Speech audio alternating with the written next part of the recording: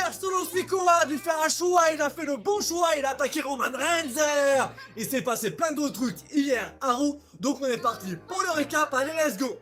Stéphanie Vaquer demande à Liv Morgan de venir et Liv Morgan débarque avec le jugement D. Sa papote en 2-2 et le jugement D attaque Stéphanie Vaquer. Puis on a Becky Lynch qui débarque pour faire le safe. Ça se débarrasse du jugement D mais ça se prend la tête l'une avec l'autre. Donc le jugement D revient pour déglinguer les deux. Bon, il nous faut un match entre Stéphanie Vaquer et Becky Lynch pour savoir qui sera la challengeuse numéro 1 pour arrêter tout ce bordel.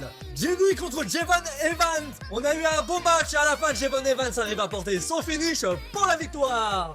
Comme toutes les dernières semaines, on est une sauce d'après-match de Bigcast. Mais cette semaine, Javon Evans arrive à reprendre l'avantage, mais il le perd tout de suite à cause de Dom Dom. Et donc Bigcast le bousille. On aura un match avec ces deux-là à Saturday Night Main Event et ça c'est cool. On continue avec Red Phoenix contre El Fiscal. Les deux s'affrontent pour le tournoi pour affronter Roman Reigns et on a eu un bon match. J'ai surkiffé. Ça a bougé dans tous les sens à la fin. Red Phoenix arrive à porter son finish pour la victoire.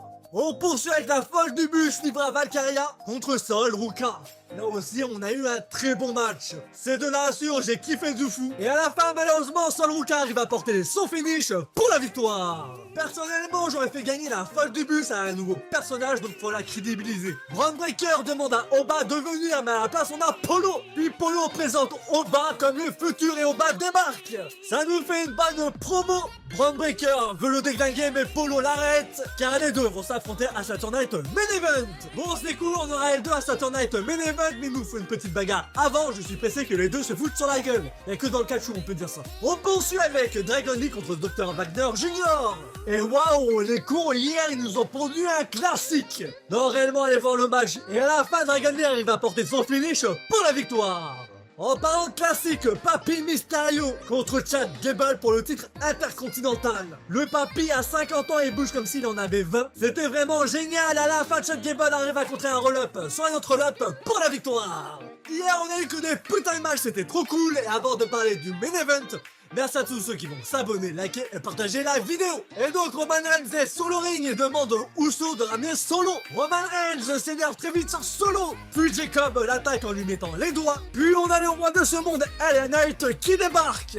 Mais malheureusement pour lui, il se fait fumer par la Bloodline. Puis Roman Reigns demande à Solo de tuer LA Knight. Mais Solo décide de donner le coup de pouce à l'autre ici. Et puis de là, ça part en bagarre. Solo s'occupe des Usos et LA Knight porte son finish sur Roman Reigns. Et on finit le show avec ces deux-là qui ont fumé la Bloodline. Et donc voilà, dites-moi ce que vous avez pensé de SmackDown. C'était Savi. Allez, peace.